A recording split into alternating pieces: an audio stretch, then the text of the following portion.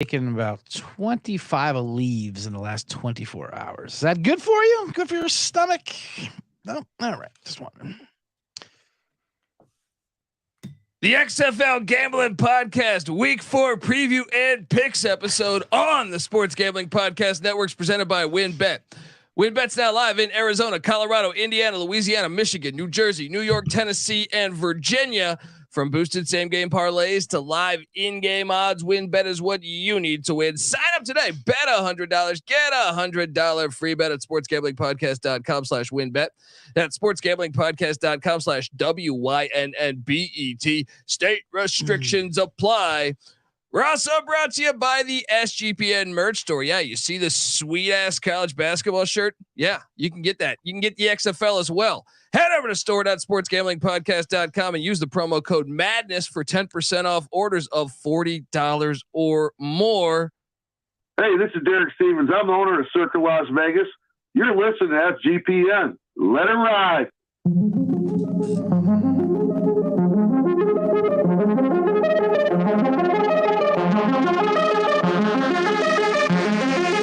Is this or is this not the XFL? Yes, it is. Do I or do I not currently have a pulse? Yes, I do. Let's play football.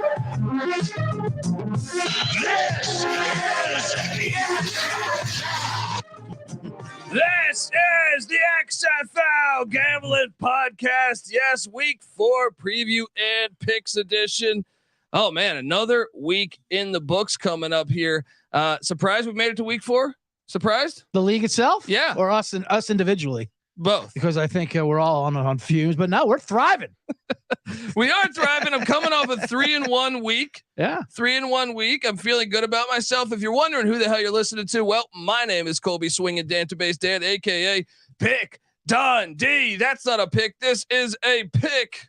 He was raised in the land down under, where a man thinks on his feet, speaks with his fists, and lives by his wits.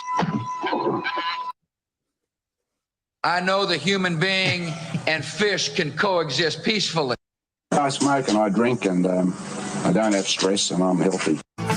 Very healthy when there's XFL football going on. Like I said, 3-1. I'm feeling. I wanted to go 4-0. I still haven't had a 4-0 week.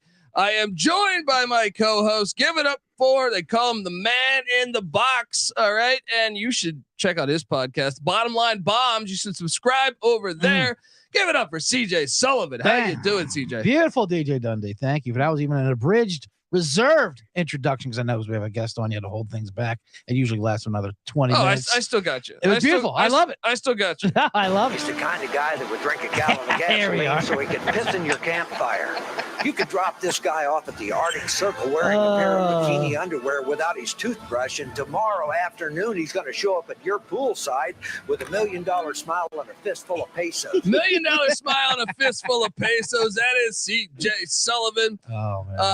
We are also joined by third man in the booth, host of the Old Fashioned Football Podcast, which once again, subscribe. Give it up for Justin Mark, aka J Mark, aka Liquid Lunch. How you doing, J Mark? Good. I'm doing good. I got my liquid lunch right here. The chat is on fire. We got Fortune saying he already had Whiskey Wednesday. Sam I don't know how to say her last. Sam G. How about that? The Battle Dome is going to be lit Sunday. I believe that. And we also have Whiskey Lunch is lit. have our first guest for the XFL Gambling Podcast. I'm excited to bring this guy on Thursdays. You've been able to see, if you've been watching the Greg Peterson show, me and him have been picking XFL winners, I feel like, for the past few weeks. Give it up for, first off, betting analyst Yahoo Sportsbook. So you want to give this guy a follow on Twitter. Give it up for Mark Drumheller. How you doing, Mark? Great to be here, guys. Listen, week 4 already. Season's starting to fly by, but we started to see some offense last week, so that's exciting. Hopefully it's a precursor of more to come. For sure. We finally got some offense going. The Sea Dragons, who I know we both have futures on, Mark. I know CJ as well. Finally, got the win. Ironically, probably the game they should have lost in a way, right? But they end up winning that one. How do you feel about that future on the Sea Dragons, man? It's good. It's going to be interesting in the sense that, like, I don't think the turnovers that have plagued them, -7 on turnover margin on the year, like, I think that's just part of their DNA. I don't think that's going to change as the season progresses. Ben DiNucci is just going to be Ben DiNucci, right? And we're going to have to live with it. But where I think the future is live is they may just be good enough offensively as the year progresses to where it doesn't matter, to where they just, outscore everybody, put enough points on the board, enough scoreboard pressure to really, put some of these other teams in a bind. So I like them. I like them still, even with the turnovers. I took Vegas last week, pushed. I had the 4, so wasn't really happy about that 4th and 2 65-yard touchdown. But they just look like they're so far ahead of everybody else offensively, over 500 yards last week. So it's a good ticket to have in your pocket. Lots of good numbers out there. I know people that got plus 900 or more on Seattle. I think it's definitely live. Yeah, CJ, you went last week and loaded up. Last week I loaded them up at plus 800. I still saw them today around plus 750, 700 at shops, which I think with their ceiling, I think it's still worth getting down on. Yeah, definitely. All right, well, look, J Mark, you got a future on the Battlehawks. I know we're gonna get to picking these games. They've been like the Stones in '69. They've been jumping around from city to city to city. They're finally gonna play a home game. How do you feel about your future on the Battlehawks? I'm feeling good about it. I think they've looked pretty solid. I still think they have a lot of pieces to kind of put together, but they're winning games minus last week. What we said on the pod last week, I thought they were going to lose. You guys thought they were going to lose. Now they get to come home. That Battle Dome is going to be rocking. It's going to be loud, and yeah, I'm feeling good about the future. I like it. Yeah. I mean, I hear fan turnout's going to be insane there. They've opened at the top deck or something. I think I read something to top deck open in St. Louis. Top deck, double deckers. All right, well let's hop into it because we just have a loaded slate here. Yeah. The first game, once again, 2 on Saturday. We're back to that's the thing, is they've kind of stayed inconsistent with moving these games around as far as schedule. Last week, just 1 Saturday game. This week, 2 Saturday games as the Houston Roughnecks head into Orlando to take on, oh boy, this is the second matchup. We're seeing the second matchup. There's 2 this week, right? 2 revenge games already playing. That seems early. I mean, I had Orlando on the money line last week, and I really thought I was going to hit on that thing. I would say by like early 4th quarter, I was like, oh, this is going to hit. I'm going to look like a genius. No, still look like a moron. Houston at Orlando. This is one. Do we have any idea before I even rattle off the line? Do we have any idea on, is Paxton Lynch for sure starting this game? J Mark? I think that's their plan from everything I've heard. Of course, they brought in Quentin Flowers, but we know how it is with guys trying to pick up playbooks. Look at Brett Hundley. So, well, maybe Dormady could sell them their playbook. There you go. Yeah. I mean, okay, so this line, I still can't believe what's Paxton Lynch done right. Was he related to Terrell Buckley? He's getting 8.5 points. The Guardians are 8.5 points. The over under set at 37.5, plus 300. If anyone wants to try the money line again against perhaps the best team. Mark, you're our guest. Lead us off. What are you doing here, and what are you doing totals wise? Yeah, I laid it with the Roughnecks. I got it 8.5. I actually saw some 7.5s out there, but I couldn't get them on my app here in New Jersey when it initially opened. So I ended up with the 8.5. I think it's fine here. You look at Houston, the defense is getting better and better each week. They outgained San Antonio 374 to 162 last week, only let up 3.4 yards per play. So Wade Phillips' defense leads the whole league in sacks. They're going to get better as the season goes on defensively. And I just don't see how Orlando keeps up in this game. Houston's won by at least 9 points in all 3 games. Orlando, they bring in, Quentin Flowers. I mean, this is a guy who, requested a trade after getting benched in 2020 by the Tampa Bay Vipers, right? So, his history in the XFL, he's not your savior. If things don't go right, he's just going to demand a trade, which nobody traded for him because, he's Quentin Flowers. But, here comes the guy to, save Terrell Buckley's Guardians. I don't think so. I think there's going to be some spots to bet the Guardians as an underdog just because the market's so low on them. Like last week was one. Obviously, getting 8.5 points against Bob Stoops' offense is like free money. But I don't think it's this week. I think the Roughnecks run away with it. Total wise, kind of tough, man. I got burned on the under last week with Vegas and Seattle, and they put up like 56 points. I said, you know what? I'm going to take a little break from the totals. Yeah. I mean, I think if I had to go to, I'm probably not going to touch the total here. I would go over just because the first matchup, but I gotta think Orlando's offense has got to be improving. Maybe I don't know. I mean, a bit. Their defense it's another week. It's another week. I know. That's my philosophy. That's hilarious too. I want to get there with Orlando too, like getting like this many points in a second like revenge game, but I just can't do it. And you're like, yeah, and that's literally like the only defense. Like, well, it's another week of football. I imagine they are putting something together. I mean, granted, their defense did look better, but like you said, it was against the Stoops kind of offense. So their defense held a minute, but versus Houston, I just don't think it's going to happen. I mean, it's too much of a mismatch. The Houston D line has looked great so far. Ferocious. And going back to last week, the Orlando, Paxton Lynch led the team in rushing. That is a concern. Just 3.2 yards of rush for Orlando. I got to take Houston. Look, I as a guy that took Orlando, and I said, hey, they're not as bad as we think they are. And when they played week one, weren't the stats were kind of even. The game. Well, I think they got up so much though that the defense relaxed a little bit. They were able to fling the rock a little bit. Quentin Dormady played, before he started selling the books, selling playbooks. Yeah.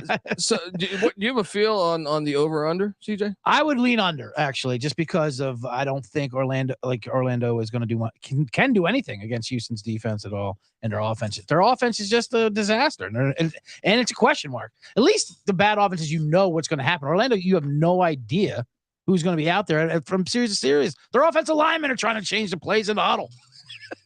I think the key too here, guys, is that with it being a revenge spot, that favors Wade Phillips the most. Like he's seen, like we have Wade Phillips, probably the most accomplished coach in this league, has already seen this Orlando offense once. So what do we think Orlando is going to cook up here the second time around? Right. Yeah. Is there a bulletin board soundbite material? Remember week one when he says, if I were them, I'd run the ball when they were down 19 because they kept throwing picks. J Mark, what are you doing here in this battle in Orlando? And what are you doing totals and for the game? Yeah, this line doesn't make sense to me. Why is this about the same number we're getting against Arlington? Because Houston is the better team. They're the best in the league, I think. Colby, I know you disagree. You got them in bottom 3, you said last week, but I was hoping. No, I had them better than Arlington. Look, and I was dumb enough to take an Arlington future too, and they're somehow 2-1. But you look at the yardage last week. They should have beat Arlington. That's all I'm saying. The yardage power rankings. The yardage only power rankings. Normally that tells a tale, man. That tells a tale for the most part. Find me the NFL team last in yardage that's in the playoffs. All right. Fair. Just saying. All right. So what are you doing, J Mark? Yeah, so I think this should be 10.5, 11 even. So yeah, I'm riding with Houston, but I do like the under. We saw when Houston got up last week, they started getting a little conservative in the second half, didn't end up scoring any points in that second half. I could see them getting up, Orlando not being able to really put any points on the board, and Houston getting conservative. So I lean the under on this one. All right. Well, we're going to get to the second game on Saturday, but before we get there, I want to tell you that the XFL Gambling Podcast on the Sports Gambling Podcast Network is brought to you by WinBet. Yes. Look, I mean, right now WinBet is active in a bunch of states, and there are tons of ways to win, including live betting, same game parlays, aka WinBet's build your own bet, and March Madness is here, folks. That means there's tons of college basketball action you can get down on, plus NBA, NHL, and like we're talking XFL action. Sign up today to receive a special offer. Bet $100, get $100 free bet, limited to state availability. And of course, for our DGens only, if you hit the biggest long shot parlay of the week, you get $1,000 free credit. There's so much to choose from. All you have to do is head over to sportsgamblingpodcast.com/winbet so they know that we sent you. That's sportsgamblingpodcast.com/WYNNBET. Offer subject to James, terms and conditions. Winbet.com must be 21 or older. Present state. WinBet is available. If you or somebody you know has a gambling problem, call 1-800-522-4700. I'm working. These are auditions. These are auditions for the Micro Machines because they're coming back at some point, right? Right. They're coming back at some point. All right. I mean, enough of me trying to sell the Guardians and Terrell Buckley for some value in the future. The Brahmas are taking on the Sea Dragons. I actually think you can make an argument this is the most interesting game this week. This is Saturday night, 7:00 Eastern, 4:00 Pacific. Sea Dragons are laying 4.5. Yep. Over unders at 40.5. The Brahmas are plus 180 on the money line. If you just want to take Seattle to win the game, minus 210. Mark, I know we just talked Sea Dragon future. What are you doing here in this game? Are you riding with your team? I'm actually not. I'm waiting out. I want to see how many points I can get with the Brahmas. 5 have started to pop, so I'm hoping as we get closer to kickoffs, maybe I can even get a 6 here, which would be massive. But I just think that Seattle, as talented as they are, right, has not shown the ability to cover these numbers. 0-2-1 against the spread so far. If you got it a 4 last week, obviously that was a push. So they need to prove to me that they can cover these numbers. Obviously, because of how well they perform from a yardage perspective, they're going to be power rated high. They're going to be laying points every week, but they got to start covering these numbers for me to back them. In this game with the Brahmas, I think their defensive line is going to cause DiNucci some problems, force them into some bad interceptions. And what do we know about the Brahmas on offense, right? Very conservative offense, short passes to those tall wide receivers. They want to run the ball with Balazs and Patrick. That's going to eat up clock, shorten possessions, make the game smaller. In that type of situation, the points are more valuable. So I don't know if I would go Brahmas money line. Like if people want to play Seattle, minus the 210 on the money line, I could live with that. But I'm going to wait here and see how many points I can get with the Brahmas and probably back San Antonio. I'll say this: the Seattle run defense, I still think there's some question marks there. They might, and go back to week 1, San Antonio had success running the ball. I'm a little concerned about the status of Jack Cohn. Last week, 8 of 20, 64 yards, 3.2 yards a pass, 1 touchdown, 1 interception. That makes me also. What are you doing over underwise? You think maybe you go over just because it's June Jones in this Sea Dragons offense, or do you think Jack Cohn is a liability and maybe we go under? Yeah, I would probably lean under just because I think if I'm Hines Ward, I'm going into this game, right? And I think Hines Ward's very conservative coach to begin with. If you can look at just the point after conversions on touchdowns, San Antonio converts the second highest amount of time on those conversions, but they're tied for 6th in the actual points that they get from those conversions because he's always going for 1. So I think Hines Ward, very conservative. He wants to win like the old Steelers. So I think he's going to try and keep this low scoring, keep the ball out of Seattle's hands, try and play keep away. So I would probably lean to the under if I had to play the total. And I'm curious, before I get your take, CJ, on this, is there a strategy you use? With college football or NFL, I feel like the 3, the 7, so huge. Have you is 4.5 points? Or are you just sitting there saying, is that a key number perhaps for you, or what? Is there a philosophy you use when handicapping? Not really, not yet. I haven't really seen. I think the 2 is probably more valuable than it is in the NFL, just because of how close these games are. The margin of victory is so small. But for me, personally, I've just been really reluctant to lay points. I have to be really comfortable. We'll kind of talk about that in these upcoming games. But, when you're laying 4 or 5 points, that's much more than in an NFL game because these games are typically much closer margins of victory. Yeah. Originally, I looked a couple days ago and they were calling for rain, but it seems like it's going to clear up. But high of 50 degrees in Seattle for Saturday night. I'm actually, I say this every time. Yeah. I'm refusing to fade Seattle. I'm going back down. All right. Maybe it's that I saw way too much of Jack Cohn play college football. Yeah. And I'm not sold on him at any pro level at being a quarterback. I am scared. DiNucci does seem to give the ball away often, but I'm going to go back to the well on Seattle. And I I lean over as long as there's no rain. If there's rain there's a chance because there's rain all day Friday, rain all day Sunday. So maybe they're a little off and we do see rain. Keep an eye on that. CJ, what are you doing here? Well, if you're guessing rain in Seattle, I'll go ahead and say yes, there's going to be rain. But I agree with Mark there. I think this is too many points for Seattle. Seattle's a team that we want to be covered. Just because they're offense and June Jones, we want them to cover, and they're just not doing it. And we eventually have to look in the face like, okay, this is their reality.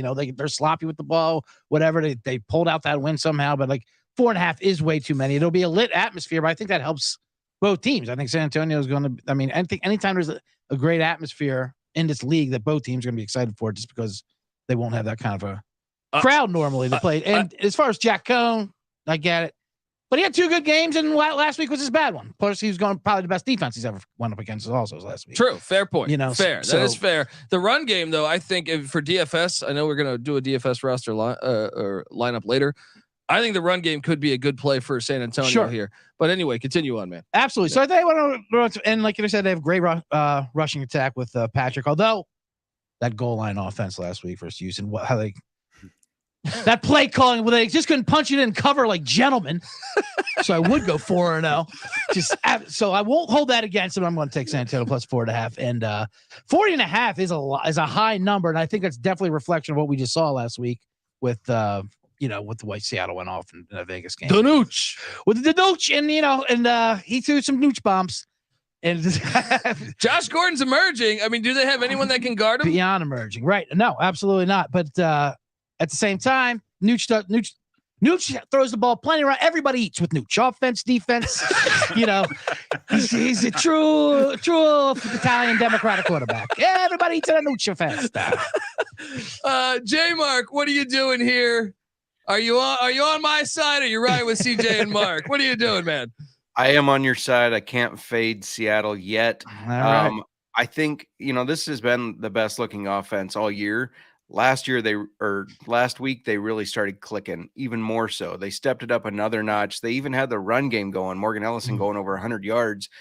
Yes, it scares me a little bit that Jack Cohn did look good those first 2 weeks. I mean, he was close to 70% passing. I know it was checkdowns, but still, he was moving the ball pretty efficiently until he played Houston and threw it in the dirt over and over because he didn't want to get hit. But and I don't think Seattle can put that kind of pressure on Jack Cohn like Houston did either. But I just think this June Jones offense, it's just starting to get going. It's starting to really click. We're going to continue to see it get better and better. And it's already the best in the league. I think it was since week 1. I think they have more to tap into there. So especially if they get that run game over 100 yards again. So yeah, I'm riding with Seattle, and I'm taking the over. Sorry, J Mark, what is Morgan Ellison's health status? He's questionable. I saw, right? I heard he was pretty banged up at the end of that game, right? Yeah, I think he's going to be good to go. They did sign another running back, but I think he'll be good to go. Well, they had to, because Knox done for the year, right? Yep, he's on the reserve. Yeah, it's going to be interesting to see how fast they can pick up that offense. I guess the benefit is the run and shoot. Just don't hand the ball off, right? Right. June Jones, no problem with that. He's like, we don't need the running back. Absolutely. All right, before we get into Sunday's action, I'm going to tell you that the XFL Gambling Podcast is brought to you by Underdog Fantasy. Yes, Underdog is your home for off-season NFL best ball drafts. They also got you covered for a ton of other daily games, including PGA, NHL, NBA. Yes, Underdog Fantasy is a great way to get down on your favorite player props if they're not available in your state, which I know a lot of states out there, you just don't have that availability. So there's always a way around it. Head over to UnderdogFantasy.com. Use the promo code SGPN for 100% deposit bonus up to $100. That's UnderdogFantasy.com. Promo code SGPN. All right, we are back. XFL action is rolling. Sunday, the Arlington Renegades, who I was dumb enough to buy a future on, even though they're 2-1, I'm convinced they're the worst team in the league. All right. I'm convinced that offensive line is the worst offensive line. How about that? If you don't want to join me on the worst team in the league, I believe that is the worst offensive line in the league. They're getting 4 in the Hornets' nest. Yes, I'm talking about St. Louis, the murder capital of America, but also a team deprived of football for a long time. As obviously, the St. Louis Rams now in Los Angeles. I think this place is going to be absolutely packed. Mark, St. Louis is laying 4. The over-under's at 36.5. Arlington's plus 150 on the money line. If perhaps you want to talk yourself into that one, what are you doing here at what are they calling this? The Dome? Isn't that it? The Dome in St. Louis, Mark. Yeah, so Operation Fade Bob Stoops continues here. Yes. I had to drop on this team since the beginning of the year. They're the worst team in the league. Minus 1.2 in net yard per play, worst in the entire XFL. And it's the offense is just atrocious. Like they have nothing there. Slaughter is not going to make a difference. He threw, more interceptions and touchdowns in the USFL. So I don't know, what they think they're going to get out of there, but can't run the ball. Stoops still will run the ball into a brick wall 30 times a game. He doesn't care. He dials up the run. It's going to win the old way. But somehow they're winning games. So we're still getting value here. But in this spot against St. Louis, coming off that loss, I like St. Louis here. But, we talked about the point spread and these numbers before. I couldn't get to lay the 4 points. I really don't like laying points like that here. As bad as Arlington is. I played them on the money line at minus 175. I think that's the best way to approach it. With that crowd in that environment, with St. Louis coming off the loss against this Arlington team, Arlington's defense is pretty tough. So we could get, kind of close game. Yeah. And we know how the Battle Hawks like to win, right? Heart attack Hawks, last minute, win by 2, win by 3. That's their MO. So I couldn't get to laying the 4. So I just played St. Louis on the money line, minus 175. I can't see a way where the Renegades win this game. So I was comfortable laying that big number. But I think that's the best way to attack it here. St. Louis gets the job done finally at home. Yes, St. Louis, says Mark Drumheller. Make sure you give Mark a follow. Once again, he's a betting analyst, Yahoo Sportsbook. You can give him a follow at X_Drumheller. Are we at all concerned? Jonathan Hayes was the former head coach of the St. Louis Battlehawks at XFL 2.0. He's the OC, the struggling OC of the Renegades, coming back home, reuniting. I'm just making up storylines. I don't think there's anything there. Well, what's that? St. Louis's biggest issue is the offensive line. So and that's where Arlington has the advantage here. Like their defense is going to be all over McCarron. That's why I didn't want to lay the points. I'm like, let me just play this thing on the money line because Arlington's defense, they get after you. They make plays. They're the strength of the team. The offense is trash. The defense is solid. They create turnovers every week. So that's why I just couldn't get the lay in the number. But I do think, Arlington's going to have some success on defense here. Probably an under game, but I think St. Louis ultimately, comes away with the win.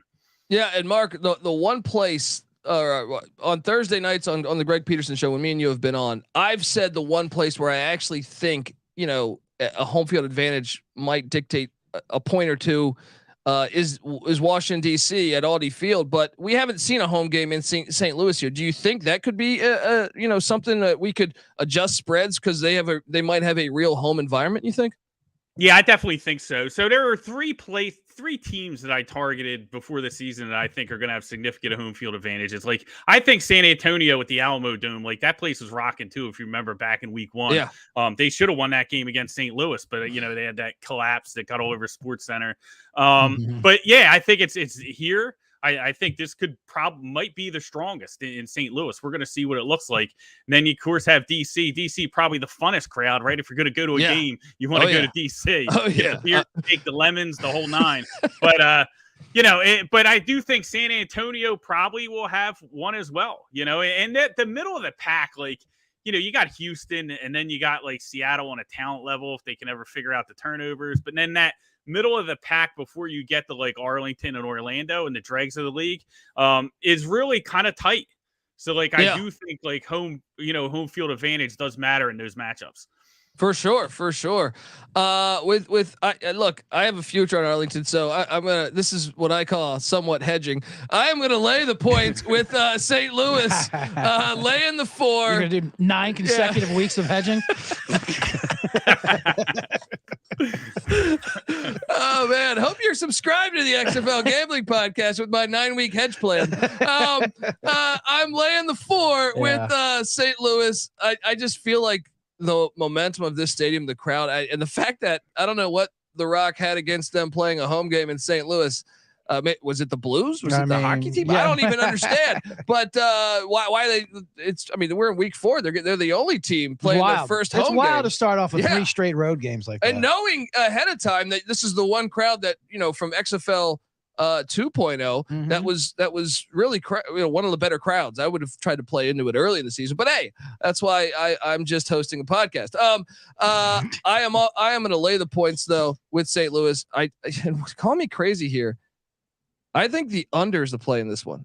I think the under's the play. CJ, what are you doing here in this matchup with the total and for the game? Well, for the game, I understand what Mark's saying about it's being weary of laying the points, but I don't mind laying the 4 with this one in particular, just because of Arlington. I think is the biggest disappointment we've had, at least of the teams. Oh yeah, even though they are 2-1, they're luck boxed their way into those 2 victories. Do you think Sloter's regretting the move from the USFL to the XFL? Well, and I'll give Sloter even a pass for last week because that was his first game, and he'll probably will improve a little bit. But I think this is just going to be a buzzsaw down in St. Louis. Like I said, they haven't had a home game yet, and they're going to have the number 1 home field advantage.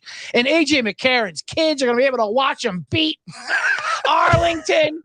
I mean, what a dream they had. They wouldn't want his dad making 10 times the money to hold a clipboard and they go on a vacation. They would much rather see this beautiful matchup on Sunday afternoon. But I mean, as much as we like to hate on St. Louis too for being a little luck box, I think they do look efficient, even with Coach Tony Meatball there from Delran, New Jersey. I have no problem playing St. Louis, and the total I don't have a strong opinion on, but I would definitely lean under. J Mark, what are you doing here at the Dome? First of all, shout out to Sam G. He's got the supplies to make 300 Jello shots. Going to do their part at the tailgate. Yes, going to be insane. The bars have been packed in St. Louis for watch parties for the first 3 road games. Are we going to have a Jello snake? A Jello snake. There you go. Yeah, but they're in little cups, so it wouldn't go very far. A Jello mold shot creature, though, could be something. Out yeah. here. Can we make a battle hawk out of it? DC's got the lemons and the snake. I feel like St. Louis, we got to create something in St. Louis. A Jello battle hawk. These fans have been deprived. I'm with them. I love the energy. It's going to be like a college football environment, I feel like.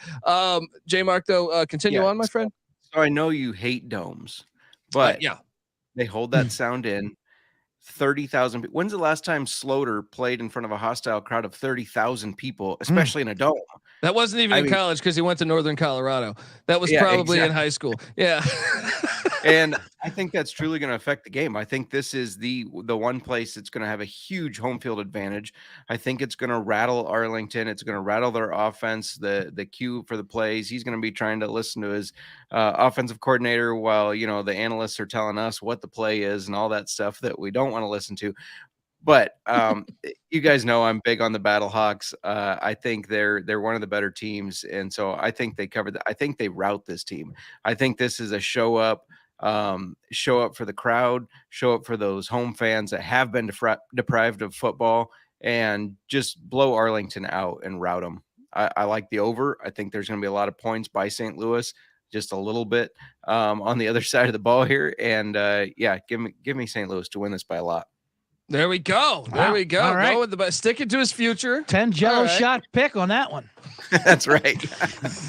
I like it. All right, the nightcap. Now, I'm curious. Actually, I guess before we go into the, let's talk this one first. Vegas goes into Aldi Field in Washington D.C. The lemon party they call this one, as D.C. is laying 6. The over/unders at 41. I am seeing Vegas at plus 200 with Brett Hundley. Seems like he's solidified his spot as the starting QB. Mark, what are you doing here in DC? Yeah, I'm taking the dog. I'm taking the 6 points. I haven't bet it yet. I'm going to wait. Hey, maybe I can get 7, right? They can bet this up as high as they want. I just don't think, in this spot, you look at DC, and not that they're not a good team, but I think they're a little bit of a vulnerable favorite. Like laying 6 points in this league is just insane, especially for a team that relies, primarily on the running game, right? To score points. The running game and their defense. That's how they score. Now, Tiamu surprised me, had a couple explosive plays in critical situations last week. I'm betting he can't do it again. I like the Vegas offense, with Hundley, averaged 5.8 yards per play last week, the 3rd highest mark of any offense this season. Seattle has the top 2 marks. So, better offensive performance than we've seen at any team not named Seattle. So now that Huntley, another week under his belt, another week comfortable, you have a solid offense playing a DC team that has a strong defense. They're going to create turnovers. They're going to make plays. But I just think the 6 points is way too valuable with, an emerging offense with Vegas. So, I'm going to grab it.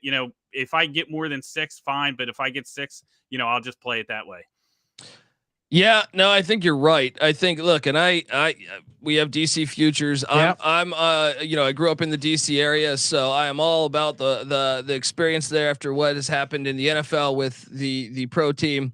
But I don't know that. First off, I thought that you'd see more of De'Aaron King last week. I was shocked we didn't see more of De'Aaron King, which I get it. Talmo had a very good day, and I know J Mark was cringing at the thought of that. But I really was a bit perplexed by that, but I just don't feel comfortable. I think the passing attack has been a little questionable. Yeah. So I don't feel comfortable laying the points there. I think I have to take DC. I think I have to take Vegas, but I think DC probably will win on the money line. I just don't feel like I can lay that many points. So give me that. And I actually go under as well. I think Greg Williams can make Brett Hundley make a few mistakes. And then just the fact that DC passing game hasn't been great, I lean towards the under there at Aldi. What are you doing here, CJ? Yeah, I was surprised by both numbers, 6 and 42 there or whatever. That just seemed big reaction from last week, I think, because they put up the most points, I believe. But that's not DC's MO, like you guys were saying. Yeah. They're defense and they're a running game. So I like, and it's their second revenge game as well. Although that we all remember what happened a couple weeks ago at the Double Dare Park that was going on out there in Vegas when it was raining, spray painted fields, and that's part of the fun. That's part of the fun of these spring leagues, in my opinion. And the announcers up in that Notre Dame film intern booth, whatever, with the wind blowing them back and forth. I mean. Hundley's getting better each week too. I think he's getting grasp. He looks a little more competent. So I'll gladly take 6. And I agree with Mark. I think this line's going to keep going up too. It's already heavily kind of juiced to -6. So if you can get 6.5, 7, but like he said too, I'll take anything at +6 and the under 42 and feel very comfortable with. Yeah, they're actually calling for rain in DC. Yeah, so why not? It should always rain when these two teams. I love it. They need a water tower close to it, so you can throw the broadcast team up in the water tower. Hard to grip those lemons though when it rains and launch into the field. That's true. It's a fair point. That's why they cover the 6. That's your analysis. A little bit. Hard to grip the lemons. Hey DC, how about not give a full size lemon with each vodka cocktail? Maybe give slices. Slices don't hurt as much when you whip them. They're harder to throw. When the league folds and you look back at your lemon cost, it might be concerning over there. Yeah, I like the Rock breaking down the numbers. Well, I see a problem here. DC, we got to move the tequila. We got to move the tequila. Yeah. We spent 40 grand on lemons. I mean, I don't want to be the joy kill here, but can we get a cheaper garnish? And now I got to make Jumanji 12. You know what I mean? Giambi. I almost said Jason Giambi. Who probably will be in Jumanji 12 if they ever get to that. Starting the Giambi brothers. Oh man, J Mark, what are you doing here in DC? Yeah, you guys know that this game's hard for me to pick because I don't like either of these quarterbacks. I don't like Tamu. I don't like Hundley. I don't like Luis Perez. I do like De'Aaron King, so I hope to see him more. But J Mark's just like, I don't like any minority quarterback. Right? He's like, that's not it at all. He's like, give me a guy like Slaughter. All right, I like Slaughter. Can they trade for Drew Plitt? Maybe. Can we get a? I'm busting your balls, buddy. All right. Now we all know it's a Byron Scott thing. We get it. Byron Scott. Byron Scott. The 3-point special is Byron Scott. Well, okay, continue on, J-Mac. I'm sorry. No, you're good. However, I think Hundley showed that he can lead this team. He can put some points up. I think Tamu does. We saw in the USFL, he's a back and forth quarterback. He has some really good games, then he has some really bad games. He turns the ball over too much with fumbles and interceptions. I'm not a Tamu believer because of that. And so, yeah, this is too many points. I'm riding with Vegas in the +6 here.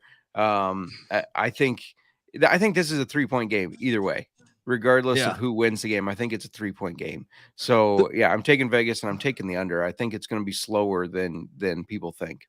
Let me ask you this: if it's a downpour, who does that favor more? Obviously, DC's got the good ground attack. Mark, what do you think? If it is downpouring here, what do you think about that? It favors DC because you need Hundley to whip it around. They can't run the ball for anything. I mean, Hundley got 66 yards on the ground last week, but they can't run the ball. Like, they can't line up and run it at you. Right. So they need to be able to throw the ball down the field to Bedette and those guys, Martavius Bryant. So if it's another rain game, we might be in a little bit of trouble.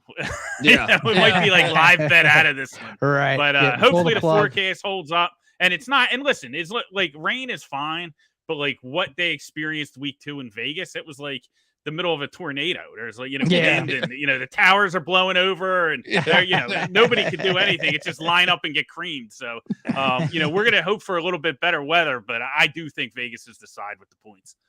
Yeah. Yeah. I got to ask you this before we get you out of here, Mark. We're going to ask all of us right now. Right. What is the game you want to see most? Like if whoever said you only get one game to watch this weekend, what's the one, Mark, that you're excited for the most? That's a good one. I mean, it would have to be St. Louis just because I want to see the crowd. Like, I want to see the dome. That's really what it is. I think the most intriguing stylistic matchup it's going to tell us the most about both teams is Houston and San Antonio, right? I got you. San Antonio and Seattle. Yeah. Yes, San Antonio and Seattle. And how does Danucci, hold up against that pass rush? And will they be able to keep the game competitive? Because, like I said, Cone was miserable last week, 60 yards passing or something like that. So, can he bounce back? And, what does that offense do with Jaime Elizondo, who was really good with Tampa in 2020? So, I expect more out of San Antonio's offense as the season goes on. But if I had to watch one game, it would be St. Louis just because I got to see that crowd. I mean, I'm over here in Philly. I'm thinking about flying out to St. Louis just for the tailgate. Look out. Yeah. I don't even have to go to the game. I just might go for those Jello shots. There you go. Give him a follow. Look, I know some of the people in the chat. Make sure you give Mark a follow.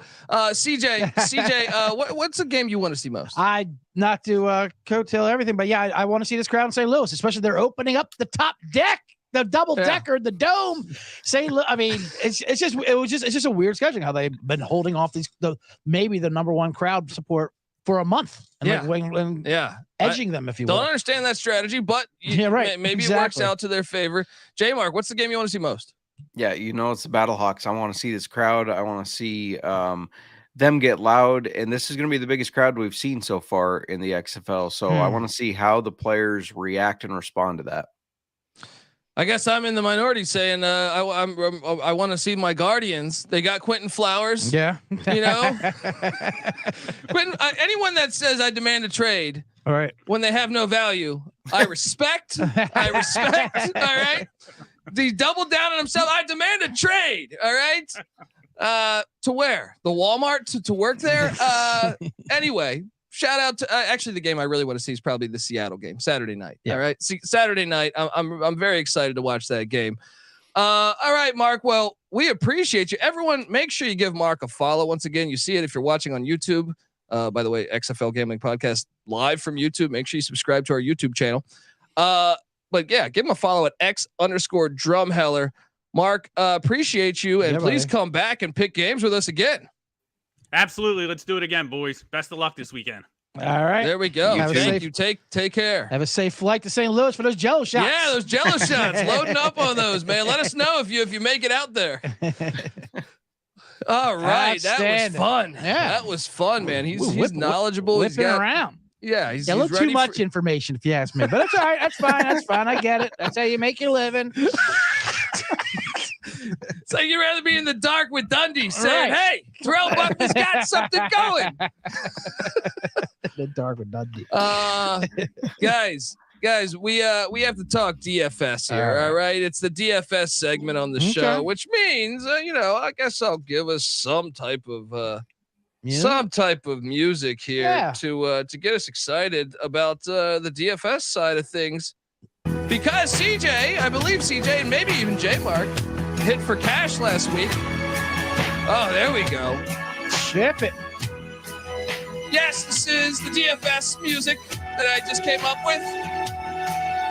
Shout out to us for covering DFS. And remember, each and every week we will be giving you a DFS lineup. I'll say, yeah. Anything jump out to you guys before we dive into our lineups? Because I feel like I have the perfect lineup for this week to win all the money. J Mark? What jumped out to me is that the DFS books finally adjusted their prices.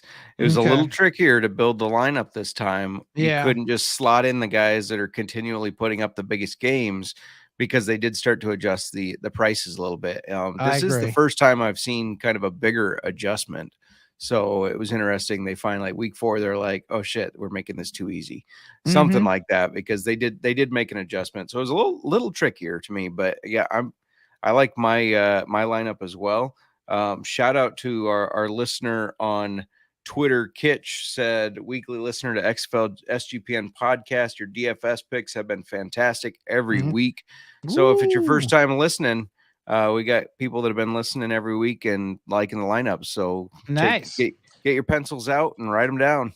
Yeah, and we appreciate that, but we would appreciate it even more if you can hop on over to iTunes and give us a 5-star review at XFL Gambling Podcast. I know we got some recently. All right. Did. Rob, who said this is the best XFL gambling related podcast out there. I agree. Yeah. CJ, how do you feel about that? I refuse to listen to other ones for personal reasons anyway. But no, I like it. And if you did follow me, not to shout, I am new to this DFS world. I put DraftKings on notice with my shipping last week. I came in 12th place, or tied for 10th, which was money out of 600. Now people are challenging me to one-on-one contests. I set the thing a buzz.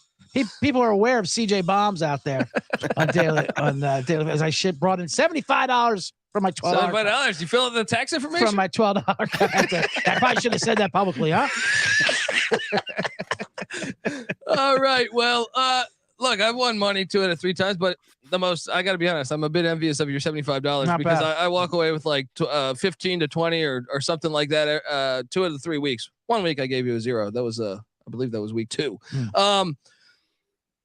I'm not switching. You don't change horses midstream. You dance with the date you brought. Danucci is my quarterback at plus he's what, 10,800. He's Danucci is expensive.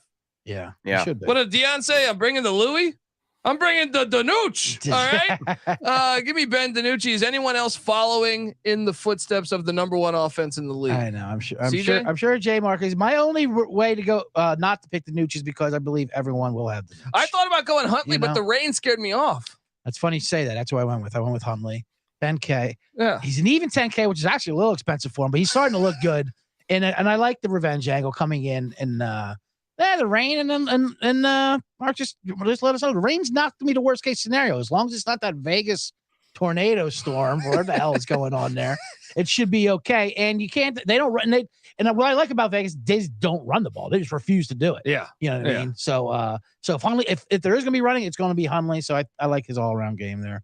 And I think he's worth a shot just in case Danucci throws a Danucci bomb up there on that Thursday. J Mark, who are you going with at QB?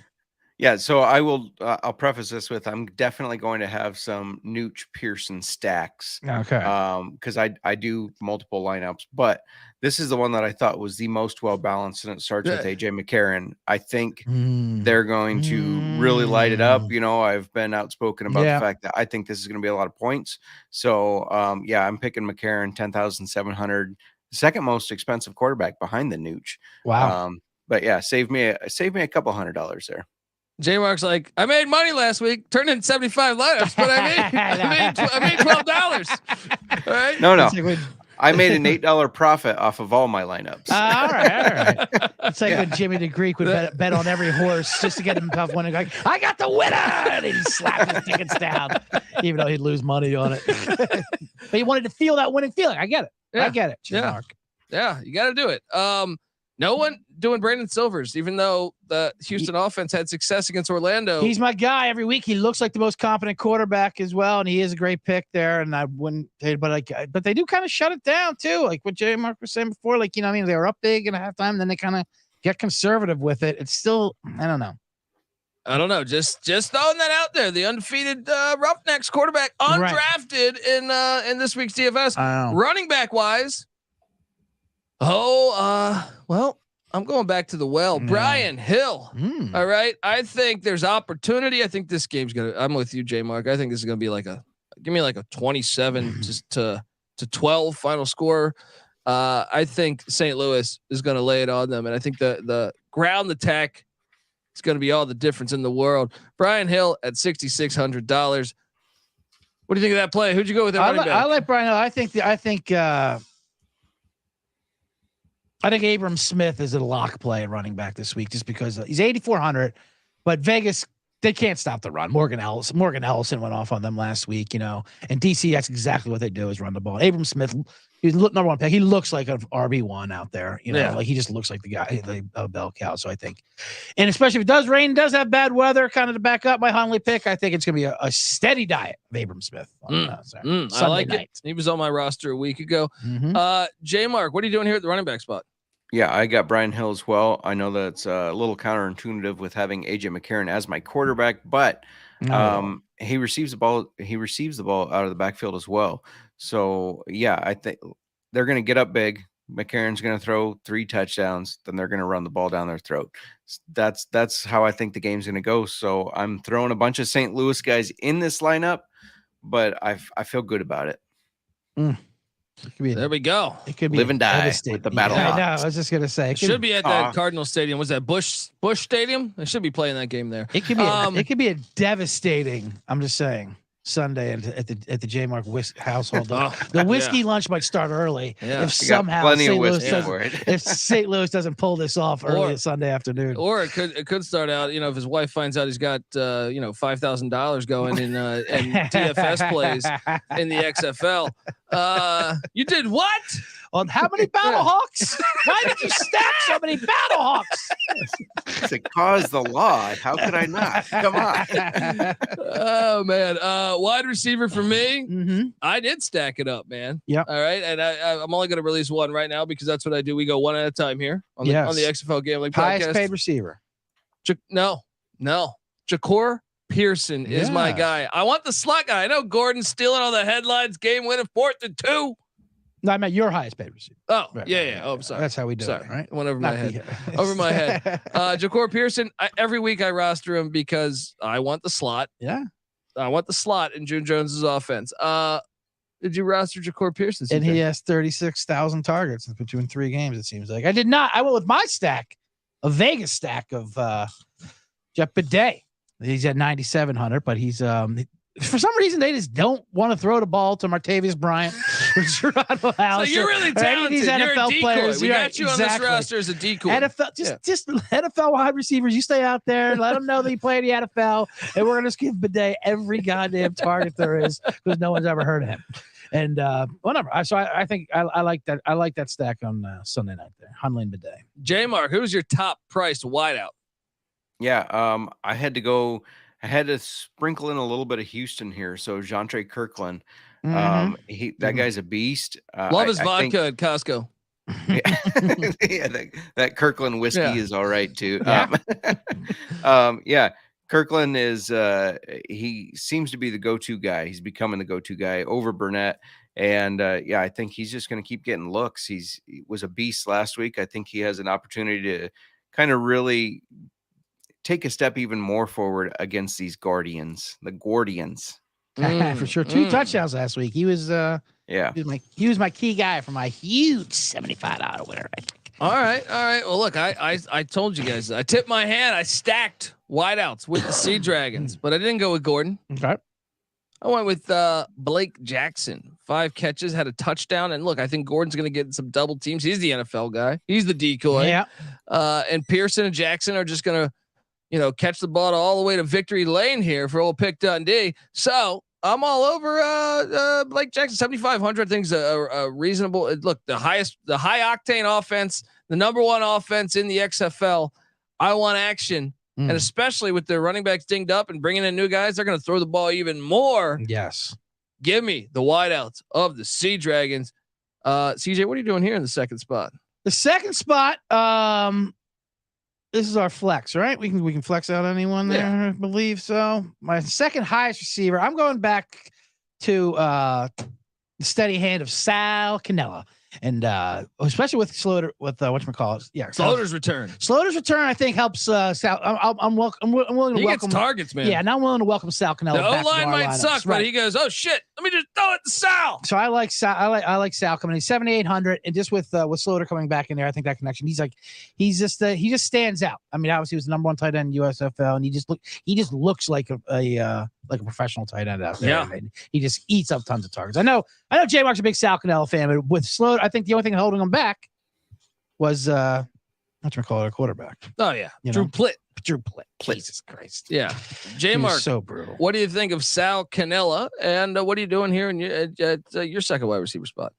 Yeah, 35% of the target share. Hard to go wrong with that Mm-hmm. for Sal Cannella. That's what he got last week when Slaughter came in. And you could see when that pocket broke down, he did force it to Cannella, just like we said he would preseason, because we thought Slaughter was going to be the starter. Right.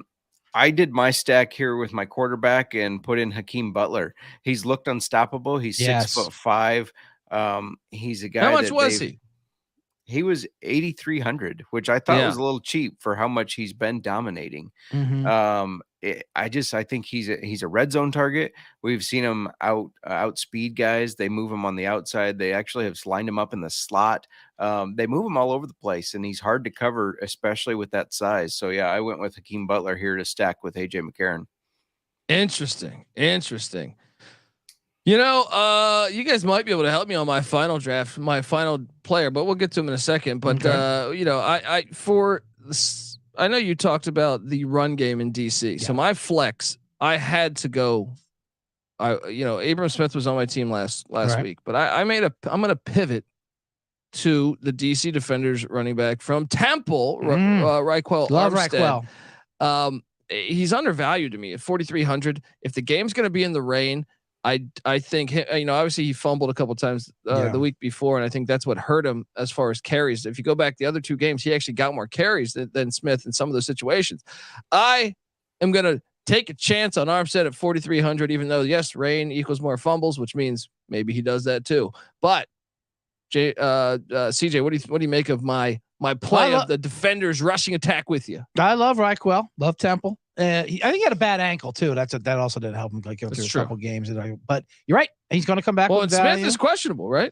Smith is questionable, but I'm not going to fade Raquel for sure. And I think they do a steady, even balance. It's not like they're going to do like a 90-10 share or anything like that. Yeah. And the only hiccup we have, both of us with the running backs, is if they do put the Air King in there, they do like to run the quarterbacks in there when it gets to the goal line and vulture all those touchdowns. Yeah. But I like it, especially for that price. Why not? J Mark, wait. So wait, you I didn't throw a pick out there. I was just commenting on your Raquel. Wait. I was just commenting on your Raquel. I'll tell you what though, I will piggyback off that DC value there.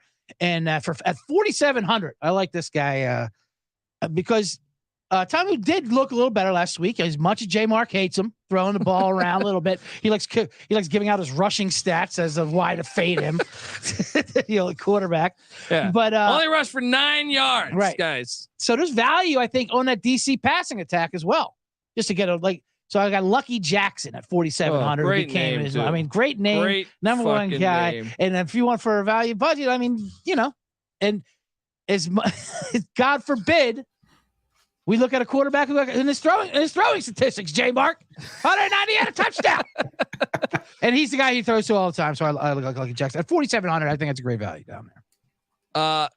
That's an interesting angle of potentially playing Tamu too. Mm-hmm. He looked good last week. He looked good. I know. J Mark wants to smear his name. He sure does. And take away his. We all know why. Wants him out of the league. As Kendrick Perkins would say. We all know why J Mark doesn't like. I like there's a running joke just making J Mark a racist. I'll give you the real reason why for Tamu. Last year in the USFL, he was so talked up about how he was going to be the best quarterback in this league and blah, blah, blah. And I bought into it. I spent so many first rounders on Tamu in my fantasy football leagues. It's personal. It's personal. Okay. But that was the Tampa Bay Bandits having the worst offensive line in the USFL. I think you're going to see Sloter essentially like that this year in the XFL. The offensive line still matters in football, folks. All right. Who's your first flex there, J Mark? Yeah, doing a triple stack here at 6,000. Austin Prohl. He had a little bit of a disappointing week last week, but I still think he's a go-to guy. So yeah, I'm throwing him in there just on the narrative that I think St. Louis routes this game. How much is he? I think that 6,000. Yeah, he's a nice play, especially at home. They want to feed those white fans too with a Prohl. They get those bloodthirsty racists in St. Louis. They got to. Oh man! And he's the coach's son, of course. Yes. Receivers coach. Yeah, but I played him last week and he let me down. That's probably the reason why I didn't actually have a great day. I mean, personal score. I feel like I had great players around him. He didn't come through. He did go to North Carolina over East Carolina, so not a big fan of him. My last flex guy is John Wooden. Love it. He scored for me. The fact it's going to rain in this game, Vegas is going to have to run the ball. They're going to be forced to run the ball. This is one where I was going to say I can be talked into changing it, even though he scored for me a week ago. I can be talked into changing it. I do have $1,000 sitting there, extra, burning a hole in your pocket. So I got $5,900. I could go with Latimer in Orlando, Arcanato with Arlington, but that Arlington offense is such ass.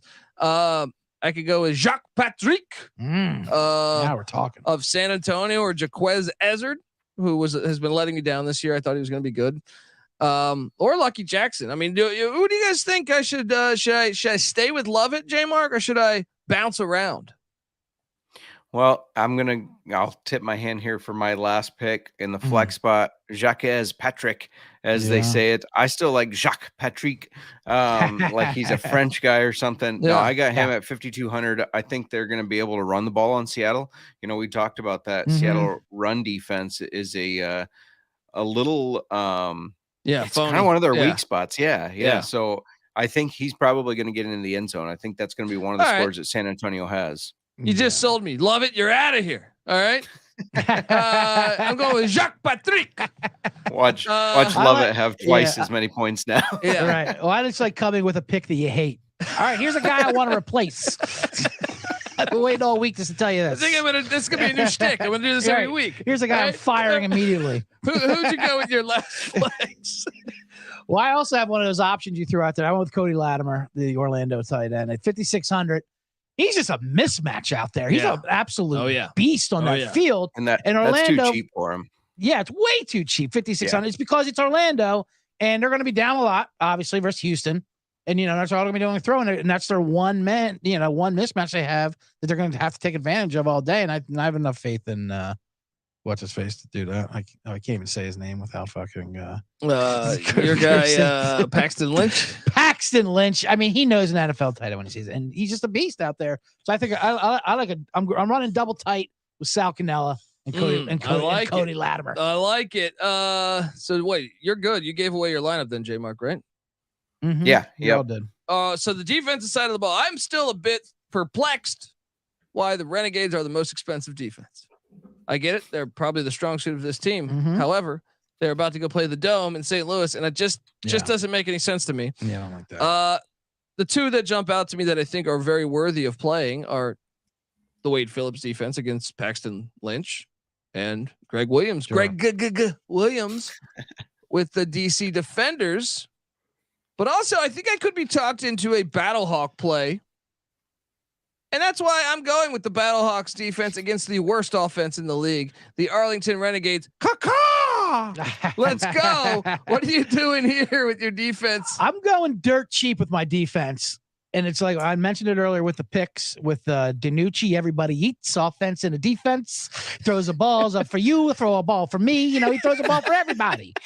So San Antonio at 3,500 is dirt cheap. Oh, yeah. I mean, they're gonna let points and yards go up again, but they're gonna get theirs. They're gonna get turnovers. They're gonna get the eat. They're going home with a plate. They're going home with a dish. Everyone gets in. I like it. Yeah. So I think they're gonna get plenty of turnovers from the DiNucci. J Mark, what are you doing on that defensive side of the ball? Yeah, I went with the Battlehawks. This is kind of a Battlehawks heavy lineup. Kind so of. live and die by it. But I think it's going to work out all right. I think, just like Mark said, Sloter threw the most interceptions in the U.S. or more interceptions last year than he did touchdowns. They're going to be able to put pressure on him. And I think you're going to see some turnovers. And I don't think they're going to be able to score a lot. That dome is going to create issues for Arlington. So, yeah, I like the Battlehawks here. Love it. Jello shots after the game for the Battlehawk defenders. Kaka, I'm with you, man. Folks, subscribe to the XFL Gambling Podcast. We have a reaction show that'll come out either Sunday or Mondays. And then every single Wednesday, we will be doing our preview and picks as the season continues to roll along. Also want to shout out Mark Drumheller for coming on the show. Make sure you give Mark a follow at X_Drumheller. That's DRUMHELLER. Give him a follow on Twitter. And look, give all of us a follow on Twitter here. Look, and a follow with our podcast. I'm on Twitter at the Colby D, and the College Football Experience, the College Basketball Experience, the USFL Gambling Podcast, and the College Baseball Experience. Damn, I'm doing a lot of content. All right. I am also co-signing the fact that you should follow and subscribe to, well, first off, give CJ Sullivan a follow at CJ Sullivan _ on Twitter, but also check out his stand-up comedy because he's fucking hilarious. And he's going to be at the Improv in Los Angeles or Hollywood, California this weekend. Yeah.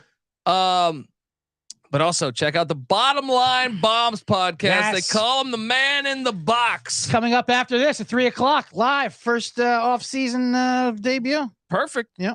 Mix that in. Go dual screen. Get a little March Madness action with the man in the box. I know. I might have to turn off this TV down during Mark's segment. I was watching Georgia Tech fucking blow that BOC. Almost slammed this microphone. It's a brutal beat. Whatever. Fouling with 4 seconds ago. Now 6. What the filthy fuck? bastard. God. Also, we got the third man here. The guy knows XFL in and out. All right. So we give him a hard time about minority quarterbacks. All right. He's a good guy. All right. He's a good guy, and he really doesn't have any disliking for them. Well, with the exception of them. Yeah.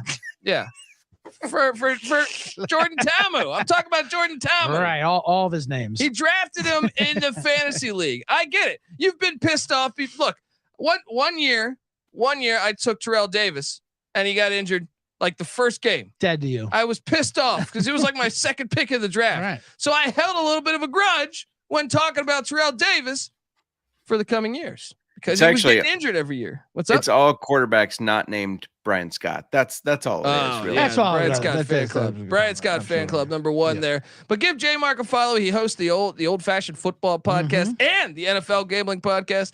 Man, we just got, how many podcasts do we have as a group? We just got a lot of them.